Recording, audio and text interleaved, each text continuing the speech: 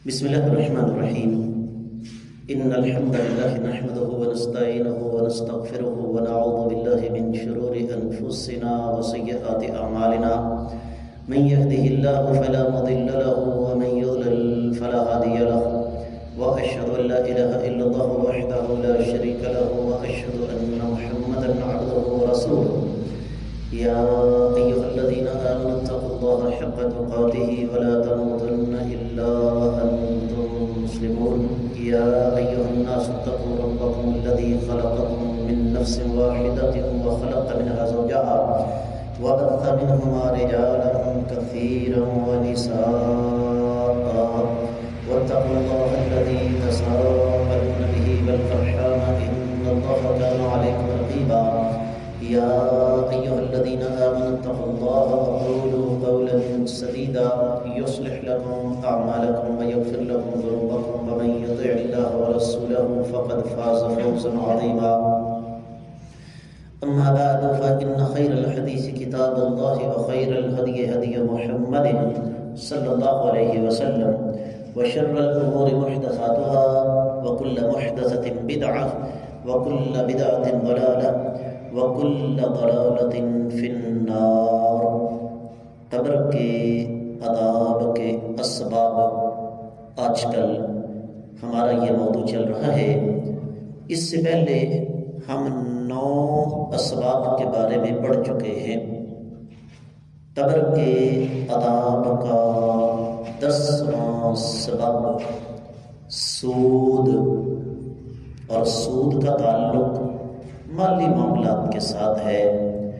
رب کائنات کو اپنے بندوں کے ساتھ اس قدر زیادہ محبت ہے کہ چونکہ سود معاشرے کی جڑوں کو کھوکھلا کرتا ہے، غرباء فقراء پر ظلم ہے، انسان کو بیکار کر کے رکھ دیتا ہے، پیسہ سمٹ کر چند لوگوں کے ہاتھوں میں آ جاتا ہے، پیسے کا رخ سود کی وجہ سے غریب سے امیر کی طرف جاتا ہے، غریبوں کا خون چوسا جاتا ہے، اور بہت ساری وجوہیں. اللہ تعالیٰ نے اسے براہ راست جنگ قرار دیا، اور جنگ بھی کس کے ساتھ؟ اللہ اور اس کے رسول صلی اللہ علیہ وسلم کے ساتھ. قرآن کے سبق میں یہ بات تفصیل سے گزر چکی ہے. نبی کریم صلی اللہ علیہ وسلم کی حدیث ہے، فرمایا سود کا سب سے کم گناہ اتنا ہے کہ انسان اپنی سگی ماں کے ساتھ منہ کالا کرے. اب ہمارے پاس اس کے لیے عذر بہت سارے ہیں. وہ جی سود کے بغیر تو چل ہی نہیں سکتے، سود کے بغیر تو دنیا کی معیشت کا بیڑا غرق ہو جائے گا، سود کے بغیر تو گزارا ہی نہیں ہے. سود کے حوالے سے 2 باتیں ذہن میں رکھیں. ایک سود وہ ہے جو ہم پر مسلط کیا گیا. میرے پاس آپ کے پاس موبائل ہے، اس کا ہم لوڈ کرواتے ہیں، اس لوڈ سے باقاعدہ سود کاٹا جاتا ہے، لیکن یہ ہماری مجبوری ہے. بجلی کا بل ادا کیا، اس میں سے سود گورنمنٹ نے کاٹا. ہم نے موٹر وے پر چڑھنے کے لیے ٹیکس ادا کیا، اس میں سے سود کاٹا گیا. گیس کا بل، پانی کا bill, sales tax, health tax, wealth tax, income tax, اور جناب پتہ نہیں کون کون سا ٹیکس، ان سب میں سود کاٹا جاتا ہے. لیکن وہ سود ہم پر زبردستی مسلط کیا گیا ہے، اس میں ہمیں کوئی اختیار نہیں ہے. ایک سود وہ ہے جسے ہم اپنی مرضی سے اختیار کرتے ہیں. ہماری گرفت اس سود پر ہوگی جسے ہم زبردستی خود اختیار کرتے ہیں. اور کل کے سبق میں آپ یہ سماعت فرما چکے ہیں کہ سود کھانے والا اس کا قبر میں حشر کیا ہوگا کہ وہ خون کے دریا میں قیامت تک غوطے کھاتا رہے گا، جب نکلنے کی کوشش کرے گا اسے دھکیل کر پھر پھینک دیا جائے گا۔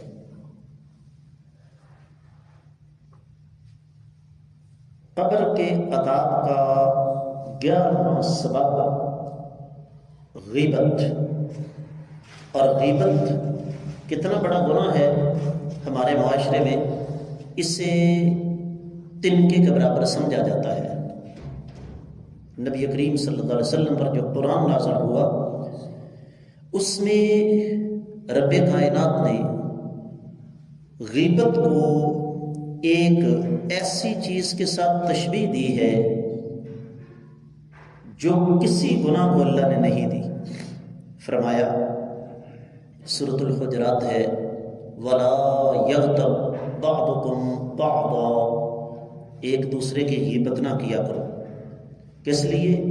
أَيُحِبُّ أَحَدُكُمْ أَن يَأْكُلَ لَحْمَ أَخِيهِ مَيْتًا فَكَرِهْتُمُوهُ، کیا تم میں سے کوئی شخص یہ پسند کرے گا کہ وہ اپنے مردہ مسلمان بھائی کا گوشت کھائے؟ شرک کتنا بڑا گناہ ہے جی، بدعت سے بڑی گستاخی اللہ اور اس کے رسول کی اور کوئی ہو ہی نہیں سکتی۔ زنا، چوری، ڈاکہ، کسی کا مال ہڑپ کر لینا، راہزنی کرنا، کتنے بڑے گناہ ہیں، لیکن ان میں سے کسی گناہ کو بھی اللہ نے مردہ مسلمان کا گوشت کھانے سے تعبیر نہیں کیا۔ صرف ایک گناہ ایسا ہے جس کو اللہ نے فرمایا کہ یہ مردہ مسلمان کا گوشت کھانے کے مترادف ہے، اور وہ غیبت ہے۔ اور غیبت کی تعریف کیا ہے؟ ذکر کا اخاک بما یکرہ، تم اپنے مسلمان بھائی کا تذکرہ اس کی عدم موجودگی میں ان الفاظ کے ساتھ کرو جن کو وہ پسند نہیں کرتا۔ تو صحابہ کرام تھے، کہنے لگے ارأیت ان کان فی اخی ما اقول، اے اللہ کے نبی صلی اللہ علیہ وسلم، اگر میں اپنے مسلمان بھائی کے بارے میں وہ بات کروں جو اس میں ہے، فرمایا ان کان فیہ ما تقول فقد اغتبتہ، اگر تیرے مسلمان بھائی کے اندر وہ چیز موجود ہے جو اس کی عدم موجودگی میں تو بیان کر رہا ہے تو یہی تو غیبت ہے۔ اور اگر وہ چیز اس میں موجود نہیں، فقط بہتہ، تو نے اس پر بہتان لگایا ہے۔ اب یہ جو غیبت ہے، جو مردہ مسلمان بھائی کا گوشت کھانے کے مترادف ہے، یہی غیبت 6 مقامات پر نہ صرف یہ کہ جائز ہے بلکہ بعض مقامات پر یہ عین کار ثواب بن جاتی ہے۔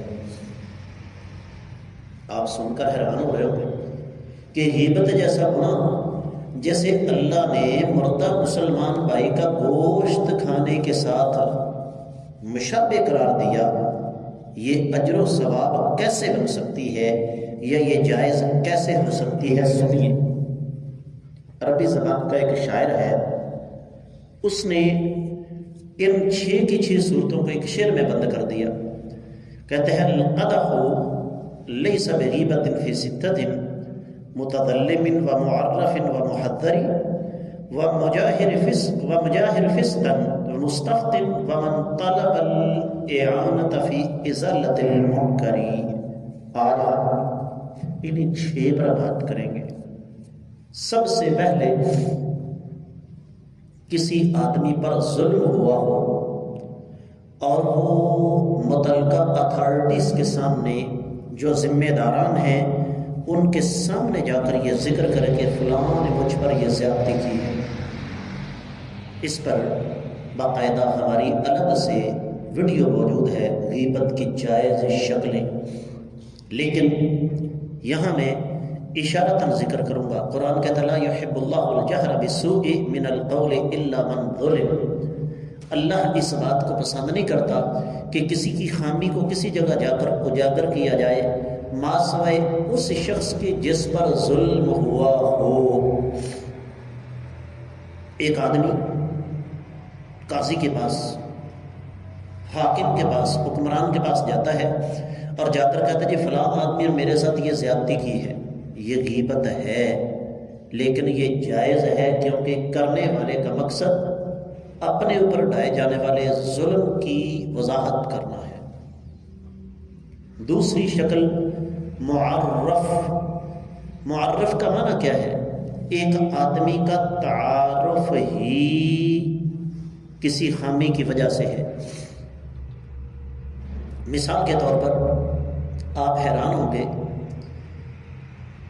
ہمیں بڑے بڑے محدثین کے ناموں کے ساتھ، بلکہ ان کے اصل ناموں کا بہت سارے لوگوں کو پتہ نہیں۔ ایک محدث گزرے ہیں جن کا نام اعرج ہے۔ اعرج کا معنی لنگڑا، ٹھیک ہو گیا؟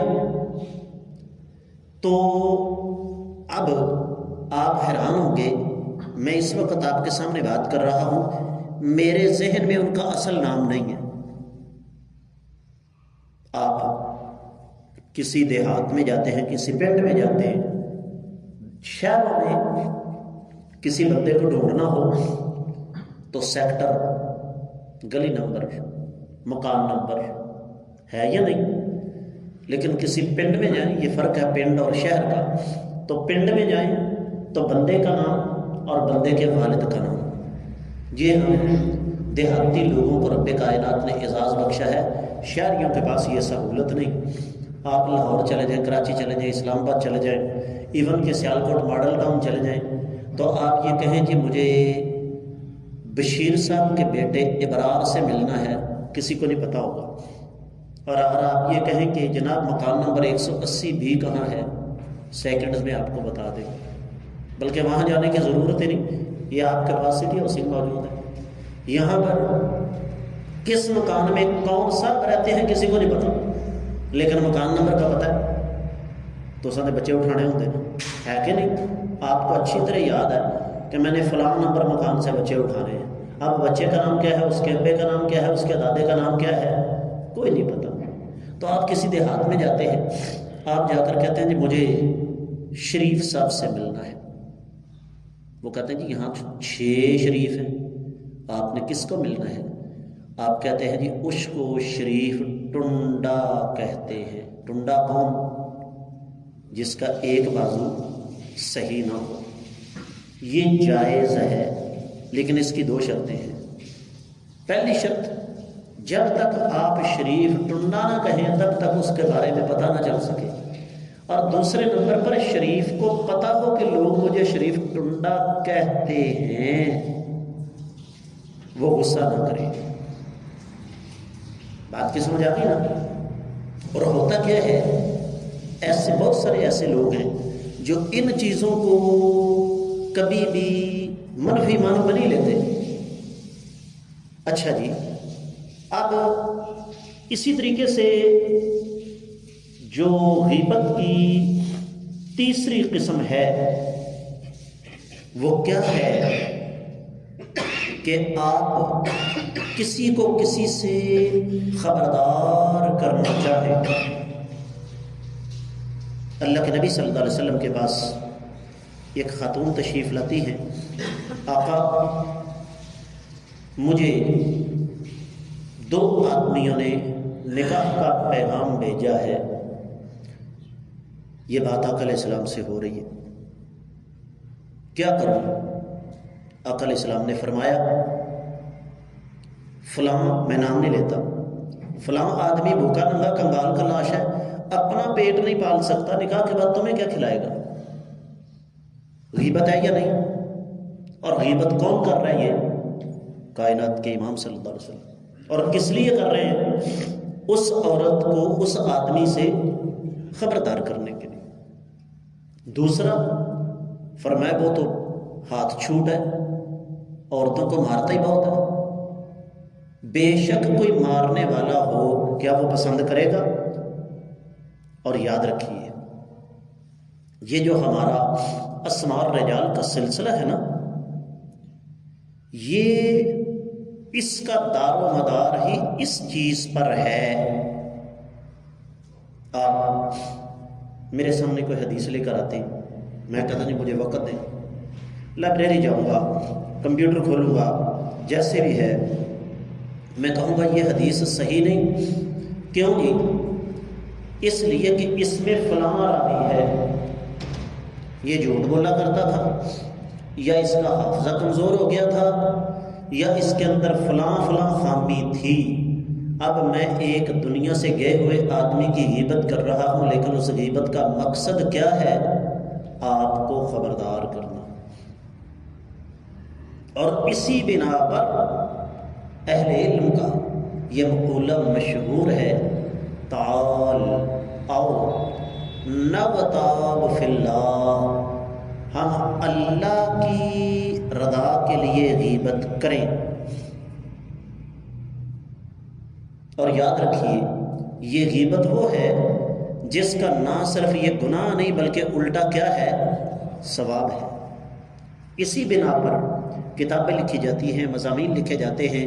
آج کل کے دور میں دین کے روپ میں بہت سارے فتنے پیدا ہو چکے ہیں۔ ان فتنوں کے رد کے لیے اگر ہم لوگوں کو خبردار کرنے کے لیے کسی کے بارے میں بتاتے ہیں کہ فلاں بدبخت اسلام کے روپ میں اسلام کا نقصان کر رہا ہے، فلاں بدبخت شرک پھیلا رہا ہے، فلاں بدعات پھیلا رہا ہے، یہ غیبت ہے، لیکن نہ صرف یہ کہ یہ جائز ہے بلکہ یہ باعث اجر و ثواب ہے۔ پھر اسی طریقے سے ایک آدمی آپ سے مشورہ کرتا ہے اور آپ اس کو جب مشورہ دیں، اس مشورہ دینے کے دوران آپ کہتے ہیں یہ آپ نے مانگا ہے مجھ سے مشورہ، نبی علیہ السلام کی حدیث ہے المستشار مؤتمن، مشورہ دینے والا وہ اس بات کا پابند ہے کہ امانت داری کا خیال رکھے۔ آپ نے اس آدمی کے ساتھ کاروبار کرنا ہے تو کر لیں، لیکن میرا تجربہ یہ ہے کہ وہ آدمی 2 نمبر ہے، پیسے لے کر بھاگ جاتا ہے۔ بے شک لے کر بھاگ جاتا ہو، ہے تو غیبت نہ، لیکن یہ غیبت کس لیے ہے؟ اس آدمی کو صحیح مشورہ دینے کے لیے۔ پھر اگلی بات آ جاتی ہے مستفتن، ایک آدمی فتویٰ طلب کرنا چاہتا ہے۔ کیا مطلب ہے اس بات کا؟ نبی علیہ السلام کے پاس ایک عورت آتی ہے، میں نام نہیں لوں گا، کہا جی میرا شوہر بڑے درجے کا کنجوس ہے، پرلے درجے کا کنجوس ہے، بڑا کنجوس ہے۔ اس کا مطلب کیا ہوا کہ ایسے لوگ ہر دور میں پائے جاتے ہیں کہ اپنے گھر میں کچھ نہیں دینا، باہر عیاشیاں کرتے پھرتے ہیں، تربیت کی کمی ہے نا۔ تو کیا میں اس آدمی کے پیسوں سے بغیر اس کی اجازت کے ضرورت کی حد تک لے سکتی ہوں؟ اس سے 2 مسئلے اور ثابت ہوتے ہیں۔ کیا کہ ہر دور میں سمجھدار مرد اپنی ضروری رقم اپنی بیویوں کے حوالے کرتے تھے، اور یہ بھی پتہ چلتا ہے کہ نبی علیہ الصلوۃ والسلام کے دور میں خواتین اپنے شوہروں سے پوچھے بغیر 1 روپیہ بھی خرچ نہیں کرتی تھی۔ اس اصول کے مطابق اگر عمل کر لیا جائے تو گھروں میں آدھے جھگڑے ویسے ختم ہو جاتے ہیں۔ بندہ سمجھتا ہے گھر میں پڑا ہوگا 40-50 ہزار روپیہ، بی بی سے پوچھا، اس نے کہا 4-5 ہزار نے تو 40-50 ہزار کی بات کر رہا ہے۔ وہ کہاں گئے؟ او میرے بھرا نو لوڑ سی میں دیتے، او نا وہ میری بھن کہندی سی بھی میں نویں کپڑے لینے تے میں کہا چلو تینوں میں لے دینا۔ وہ پاگل دی پترے، تیرا شوہر تیری بھن واسطے کمان ڈیا، وہ شوہر دے ٹوٹے نے یا وہ لکڑا؟ تو خود سوچے کہ صحابیہ کتنی امانت دار ہے کہ نبی علیہ السلام سے پوچھ رہی ہے پیسے شوہر کے ہیں، پڑے میرے پاس ہیں، مجھے وہ اجازت نہیں دیتا کہ میں اس سے پوچھے بغیر لے لوں، ضرورت ہوتی ہے۔ نبی علیہ السلام نے یہ نہیں کہا بی بی غیبت نہ کر، فرمایا جتنی تمہیں ضرورت ہو اتنے پیسے تو اس سے پوچھے بغیر لے لیا کرو۔ اتفاق کی بات اس کا شوہر سن رہا تھا، اس نے کہا میرے اندر حوصلہ نہیں کہ میں تجھے اپنے ہاتھوں سے دوں، جننے مرضی لے لیا کر، میں غصہ نہیں کرتا۔ اسی طریقے سے مجاہر و فسق، مجاہر و فسق کیا ہے جی؟ ایک آدمی سرعام ایک گناہ کرتا ہے، سڑک کے اوپر کھڑے ہو کر شراب پیتا ہے، آپ 2 4 5 کلومیٹر ادھر ادھر جا کر کہتے ہیں یار کتنا آدمی بدبخت ہے، اس کے شرم اور حیا نہیں آتی، سرعام شراب پی رہا ہے۔ پہلی تو بات یہ ہے کہ شراب پینا گناہ ہے، لیکن اگر تو نے یہ گناہ کرنا مرنا ہے تو چھپ کر کر۔ اور آخری موقع جہاں پر غیبت کرنا جائز ہے وہ کیا ہے؟ ازالت المنکر، کسی برائی کا راستہ روکنے کے لیے کسی کی غیبت کرنا۔ اس کے لیے 2 مثالیں آپ کو میں دے سکتا ہوں۔ پہلی، میرا بیٹا آپ کا بیٹا کسی غلط مجلس میں بیٹھتا ہے، کسی غلط جگہ پر جاتا ہے، اور ہمیں پتہ ہے کہ ہم منع کریں گے تو وہ باز نہیں آئے گا۔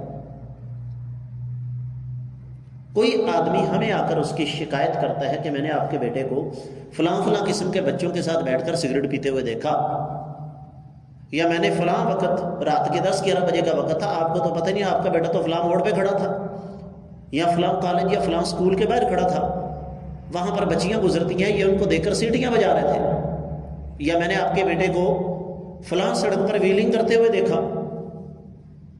اسی طریقے سے ایک آدمی اپنا نام سامنے لائے بغیر متعلقہ اتھارٹیز کے سامنے، تھانے کچہری میں جا کر قاضی کے پاس، حکمران کے پاس کسی آدمی کی شکایت کرتا ہے کہ جناب یہ آدمی ہمارے گاؤں میں، ہماری بستی میں فتنہ اور فساد مچا رہا ہے، اسے روکا جائے۔ تو یہ 6 مواقع ایسے ہیں جہاں پر غیبت نہ صرف یہ کہ جائز ہے بلکہ بعض مقامات پر یہ کار ثواب بن جاتی ہے۔